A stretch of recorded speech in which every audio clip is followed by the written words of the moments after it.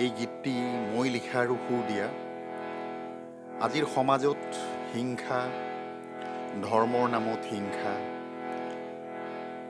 মানুহ যেন নিজৰ কৰ্তব্য, নিজৰ কথা পাহৰি মানুহ দ্বন্দ্বত লিপ্ত হয়। তেনেকুৱা এক ভাৱত লিখা গীত এইটো। তো অলপ গাবলৈ চেষ্টা কৰিছোঁ। এইখন সমাজ আজি কি অজানো, মানুহৰ দাম নাইকিয়া হ'ল। মানুহৰ সমাজত বিভেদৰ শকতি যেন আহি বহি ৰ'ল। এইখন সমাজত আজি কি অজানো, মানুহৰ দাম নাইকিয়া হ'ল। মানুহৰ সমাজত বিভেদৰ শকতি যেন আহি বহি ৰ'ল।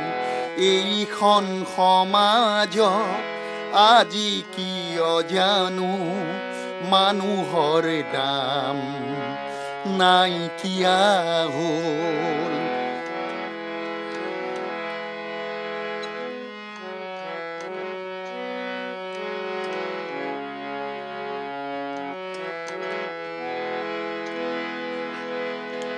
হিন্দু, মুছলিম, শিখ, খ্ৰীষ্টিয়ান, কিমান যে আজি ধৰ্ম হ'ল।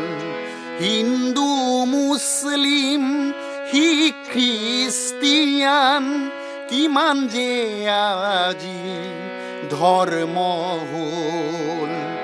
মানুহেই মানুহৰ তেজৰ গন্ধ লৈ নিজেই আজি বলিয়া হ'ল।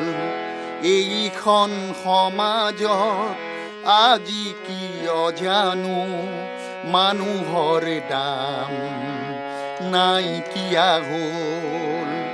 মানুহৰ সমাজত বিভেদৰ শকতি যেন আহি বহি ৰ'ল।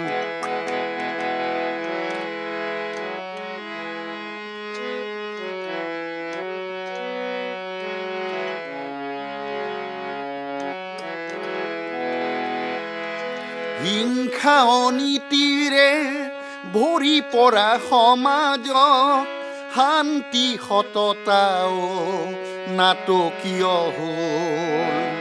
হিংসা অনীতিৰে ভৰি পৰা সমাজত শান্তি সততাও নাটকীয় হ'ল।